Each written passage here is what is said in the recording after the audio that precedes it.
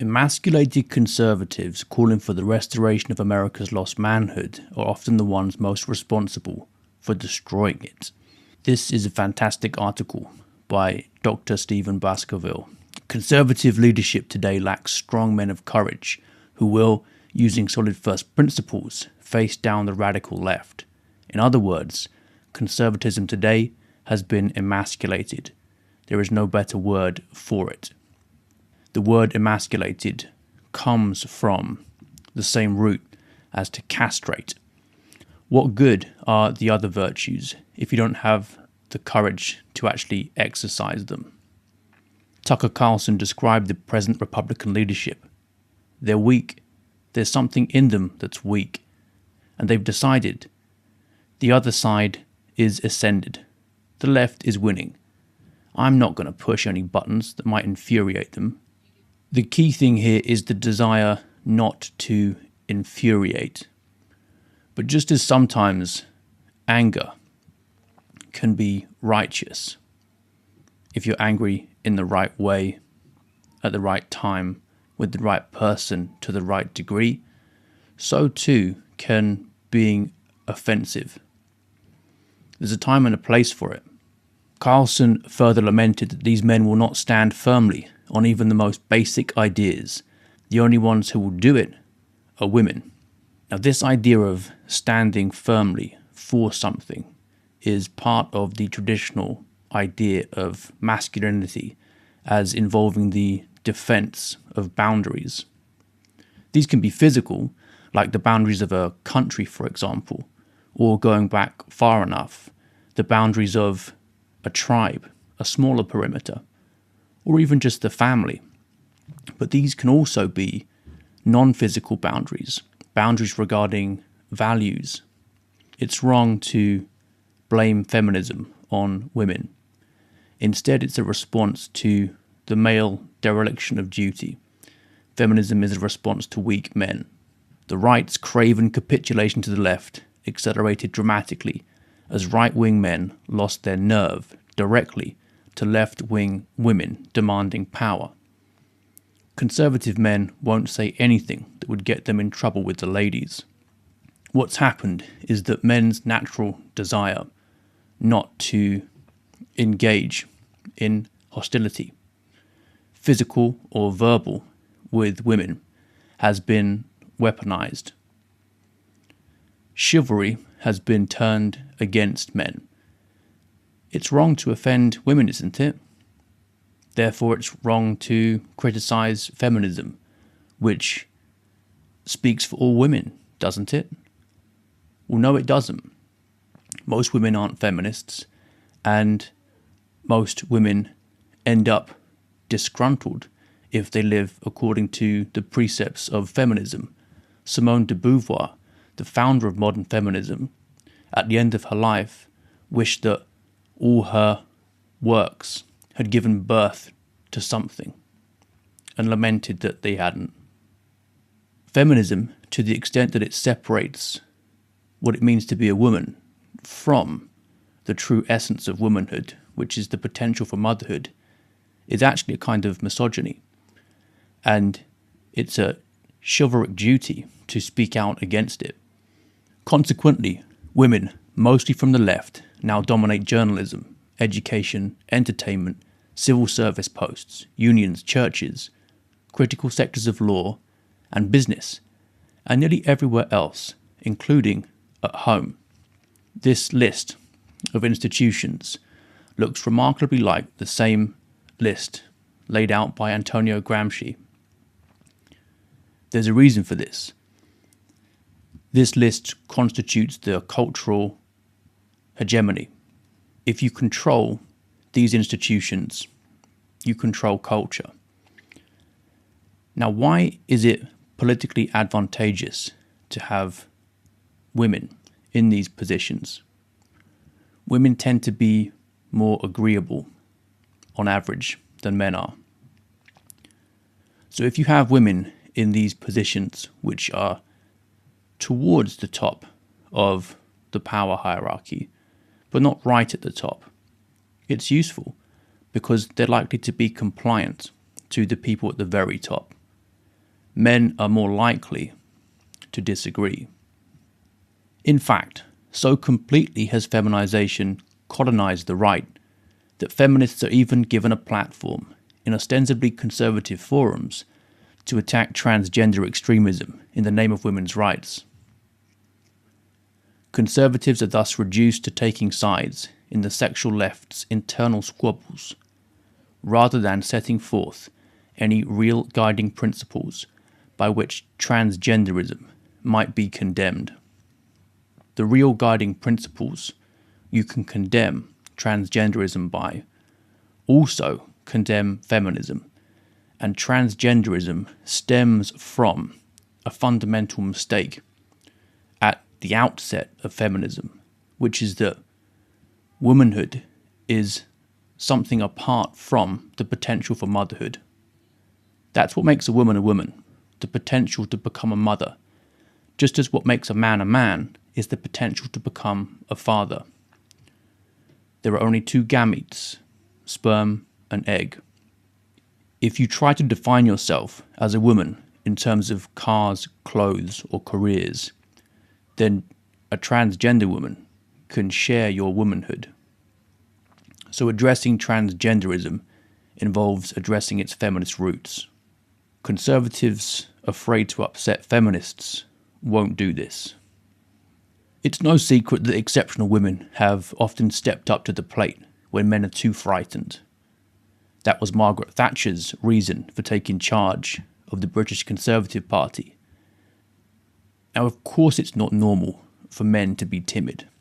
Psychologically, in terms of their greater disposition towards disagreeability, physically, in terms of their greater strength and size, men are by nature suited to the leadership role in society, just as they are the natural leaders of the family.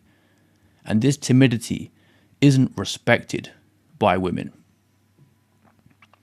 Remember that around the time of ovulation, women find more dominant male behavior attractive and are attracted to more masculine faces and bodies. No wonder the appeal then among disenchanted conservatives of a Donald Trump and the visceral hatred for him among the politically effeminate in both parties. Other populist figures are now arising in Trump's mould, following the musician Gareth Icke's rabble-rousing rally against COVID vaccines at London's Trafalgar Square. The female moderator praised him as a real man. She asked the crowd, "Do we have any other real men in the audience?" Effeminate is an important word to note there, because traditionally it means disordered in your attachment to pleasure. An effeminate man cares too much about his clothes, his cars, even his career, if it's largely about status or luxury. It's a disordered attachment to pleasure and comfort rather than a willingness to embrace suffering for sticking to principles. If the mainstream conservative movement does not provide a vigorous masculine opposition to the totalitarian left, others will fill the void. Nature abhors a vacuum. If the masculine principle vanishes, instead machismo will fill it. We can even see this in the last 10 years or so of data on porn usage. Hardcore porn is becoming increasingly popular among women. They watch more of it and watch it for longer than men do. As chaos increasingly reigns, various forms of hyper-masculinity will emerge. Gangs already provide de facto order in large swaths of inner cities, where the welfare state first eliminated fathers. Fathers are natural. The choice isn't between fathers and no fathers, the father in the home, or the gang leader surrogate father on the streets. There's a parallel here. The choice isn't between patriarchy and no patriarchy, the patriarchal family, or the state as the super patriarch, in which the single mothers exist in a harem. Who knows what militias are organizing underground to take on the left and power elite itself if feeble Republicans refuse? And now, with American weakness spreading chaos globally, what might sectors of the military be planning if they decide that they alone are able to restore order? History shows that the military is willing to topple governments in moments of crisis. There's a sense in which political extremity can be the military's opportunity. If the disconnect between the political ideology of the elite class and the worldview of the military widens too far, then there might eventually be some backlash. Abroad, manliness is a prominent theme of radical religious political movements like Islamism. They want to skin us from our manhood, Osama bin Laden often said of the West. And the Taliban is only one example of how exclusively male religious militias provide a clear sense of order in parts of the global south.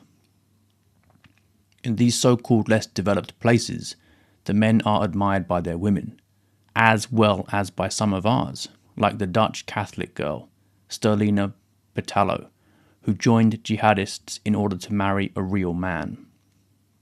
You have men in the Western world sometimes looking abroad to find a real woman. And we also have the same phenomenon with women looking abroad to find a real man. Note Baskerville's use of so-called.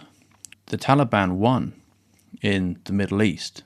Despite our technology, there was an integrity to them and to their values. There's a confidence there. And as Kenneth Clark remarked in Civilization, a civilization needs confidence in itself above all. And of course the men are admired by their women, because the protector role is the core of masculinity. This is something that men have been valued for throughout human history. They have not been valued for being concerned mainly to avoid causing offense. The feminization of society has changed all of us in subtle ways. Most immediately, it has rendered us susceptible to mass hysteria over the COVID pandemic that we have experienced over the last 2 years. Hysteria, any politically incorrect doctor will tell you, is a specifically feminine complaint. But hysteria is not limited to women these days. On the contrary, women seem to be among the most level-headed and skeptical of the overblown virus fear-mongering. My point is that the reign of feminine characteristics over societal norms has encouraged men to adopt feminine values and to forego masculine ones. Nature has built into women the desire to try to prioritize their own safety and, of course, the safety of their children as well, whereas men have been more expendable. A man can die, and the woman is largely going to be okay, and so is the child as well. But if the mother dies, then that's disaster. It's normally certain death for the infant. The idea of the reign of feminine values over societal norms also applies to cancel culture itself, which is a form of verbal aggression, name-calling, slurs. In one way, it's just simple bullying. Someone said the wrong thing, and they can't come and play dolls. They can't come to the tea party. That happens in the realm of careers now, and it's just feminine backbiting. It's a form of gossip designed to alienate and ostracize people. We can see this even when conservatives write about masculinity itself, as they do quite a lot nowadays, mostly to condemn its absence in others. But conservative lamentations about lost masculinity tend to lack, well, muscle. Common conservative complaints about masculinity epitomize groveling and ingratiation. National Review writer Jim Geraghty wants men to act more like Ward Cleaver, but he'd never dream of telling women to act like June Cleaver. No. Better to be safe. Until these men realise that one of the things women do is test their boundaries to find out whether they can respect them, whether they can rely on these men to defend perimeters, they're not going to get anywhere. They've been exposed as weak, as unreliable, as not worthy of respect. In the West, proof that the hen house is guarded not so much by foxes as by bearded hens is seen when conservative bullies, ironically, under the very guise of restoring manhood, use their platforms to attack and marginalise braver men who have no public voice with which to defend themselves. What you'll see is some of the gatekeepers trying to malign people as far right. Now that term's never been defined. What is far right? The mainstream media won't give a definition because there is no unifying value on the right apart from opposition to the left. And the left has a very clear unifying value, which is equality. There are no enemies on the left. The commitment to equality can't be too great.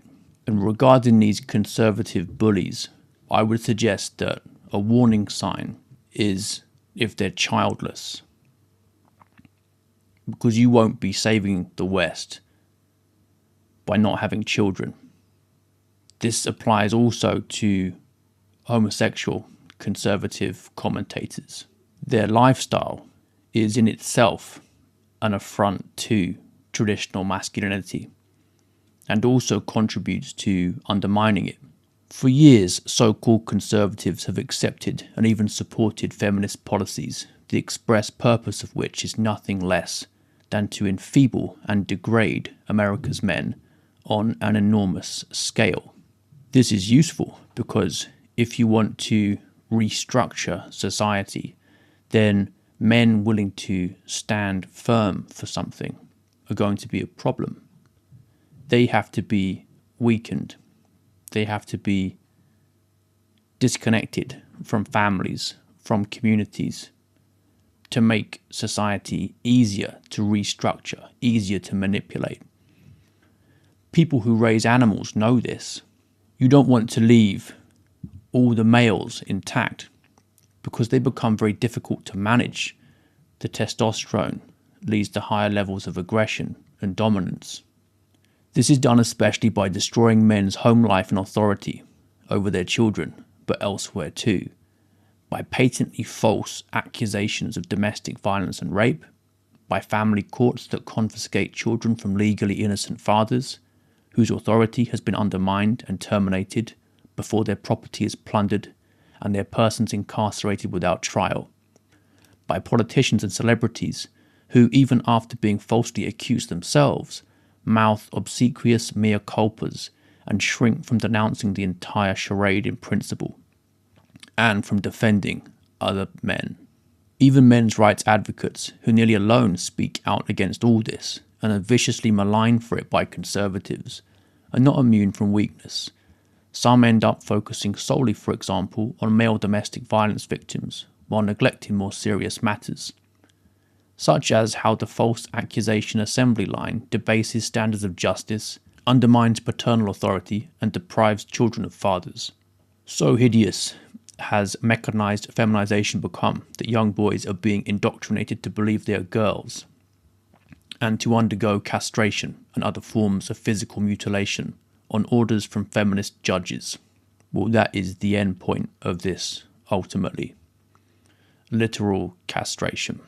Court-ordered child abuse has long been another tool for neutering males. Remember, neutered males are easier to manage, easier to control. American conservative men are now harvesting the fruits of our passivity. The country itself faces a crisis demanding extraordinary male strength and courage if it is to be overcome. America is led by a puppet president, dangerously incapacitated by a cocktail of senility, wokeism, and illegitimacy. The line of succession for the presidency offers two ideologically radical women of proven mental instability. Feeble yes persons dominate the Congress, civil service, judiciary, media, universities, and churches. Meanwhile, chaos threatens not only America, but the world. Remember the point earlier about how women in positions of power are more likely to be compliant because they tend to be more agreeable. Are there any remedies? We can wring our hands and bemoan. We can rationalize inaction with cliches, blaming the culture. Or we can grasp the nettle and demand long overdue changes that strike directly at the problem and cost nothing except fortitude. Without fortitude, you can't exercise the other virtues. From a policy standpoint, the necessary measures are straightforward. Just two fundamental ones, one in domestic policy, one in defense foreign policy, and others will follow logically. Morally, they are unexceptionable and must be non-negotiable. Constitutionally, they are not only feasible but imperative. Economically, they will cost nothing and save trillions. Politically is another matter. But the very act of drawing a line and refusing to tolerate the intolerable is precisely the crucible we need to catalyze men into relearning how to take charge. The image of drawing a line is important and reminds us that masculinity is about the defense of boundaries. A basic principle of manhood is that a time comes to stop talking and to act. Remember that point from earlier about conservatives being drawn into the debate between feminists and transgender activists? That kind of nonsense shouldn't absorb people's time. As Elizabeth Anscombe said, corrupt minds cannot be reasoned with. And there are traps being laid here anyway by people who weaponize the conservative belief in rationality and debate when they themselves have zero respect for it whatsoever, and any attempt to appease them only emboldens them. That's one of the things that people could learn from military history, which very tellingly is in decline today in the world's universities. Appeasement doesn't work. It's got us to where we are now. Those with vested interests in defending the indefensible must be marginalized immediately. Men must do this themselves, not wait for media messiahs, and they can do it legally and non-violently. They must calmly but firmly push aside Republican dandies and summon the resolve to stand up to troublemakers and hit them where it hurts. I like the word dandies. If your priority is wearing bow ties and red trousers, you're a dandy. You're effeminate. You're disordered in your attachment to pleasure. Standing up is also important because it reminds us of having the strength or having the force to resist. Dead things go with the stream. They go with the flow. You have to be alive to resist it. Domestic policy. Marriage must be an enforceable legal contract conferring parental rights and authority, and the devious oxymoron of no-fault divorce forever expunged from the law. Men must know that if they marry and keep their vows within specified terms, they have reasonable rights and authority over their children, which the state must enforce. A biological father in the home improves discipline because it's easier to maintain boundaries. There's that theme again. Now, marriage is more than a merely legal contract, but it certainly needs to be an enforceable legal contract. And if a man gives his years of strength and virility to his wife, just as she gives her years of fertility and beauty to him, then they owe it to each other as a point of honor, if nothing else, to remain together. Defense policy. Reinstate compulsory military service for all men of a determined age. Basic Republican principles that inspired the American Revolution extolled manliness and denounced the effeminacy and foppery associated with European royal courts. A cornerstone principle was the citizen in arms. Bearing arms in defense of home and country confers citizenship rights. Rome, in its prime, relied on the citizen soldiers, farmers' sons. Decadent Rome no longer had the population to be able to achieve this and relied on barbarians. The citizen in arms has a stake in his society. He has skin in the game. And this is why throughout history there have been societies that have required military leaders to have children, to demonstrate that commitment to the future. A citizen army also has no bureaucratic incentive to create wars. Military discipline would help nip adolescent rebelliousness, and it would defeminize the military. A woke military is a weak military. Rectifying other evils traceable to male weakness and matriarchal rule would follow logically. No civilization has ever survived matriarchy. Well, in fact, no civilization has ever been a matriarchy. In the end, the left's ascendancy has little to do with the left and everything to do with the right. The left did and keeps doing what it always does. It was the right, and especially the men of the right, that fled the field of battle. This is cowardice. We have no choice now but to turn around and fight. Stop blaming feminism on women. Feminism is a symptom of weak men. Blaming women is a victim narrative, and victim narratives aren't masculine.